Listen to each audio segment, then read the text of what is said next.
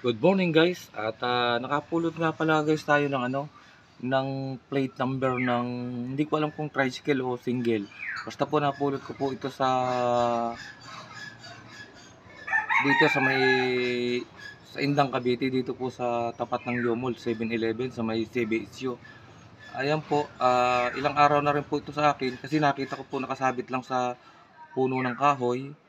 Naisip ko po kunin ko at ilagay ko po sa ilalim ng upuan ng aking tricycle kasi baka nga po kung saan pamapalagayan ay ang ginawa po natin, yun nga, itinabi natin at ipinost po natin sa Indang Ahoy. Ayan po ay pero wala pa pong nagki-claim. Ngayon po ang gagawin ko siguro ang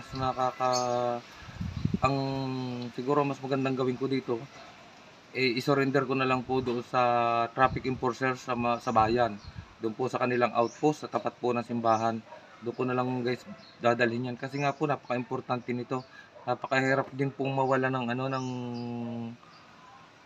plate number. Ayan, napakarami pa pong aayusin diyan.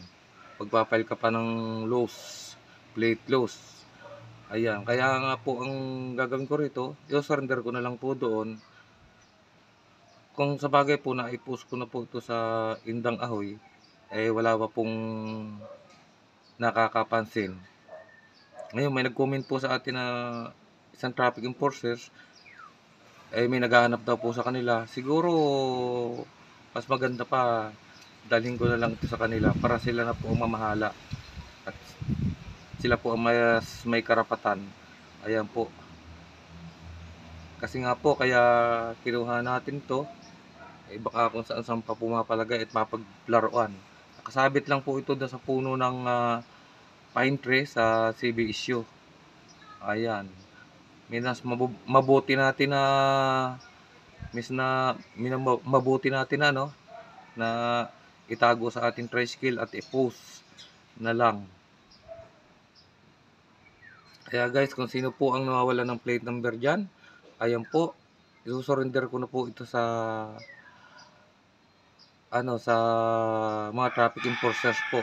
Sila na lang po ang bahala diyan po sa bayan ng Indang, diyan po sa tapat ng simbahan sa may Jollibee. Ayan po yung plate number ninyo.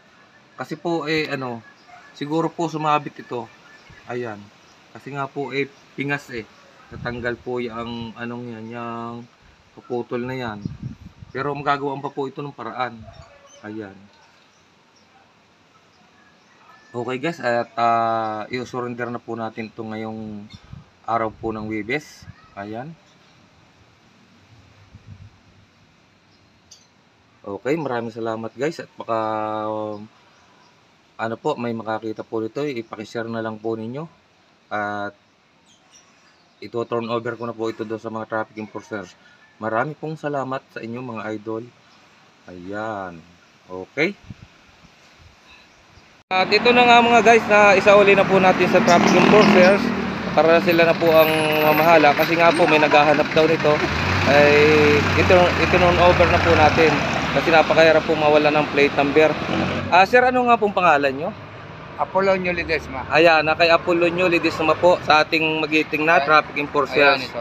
Ayan na po. Okay guys. Kunin lang kamo dito sa opisina ha. Kunin lang po dito nandito po yung kanilang outpost sa tapat ng simbahan dito po sa Indang Cavite.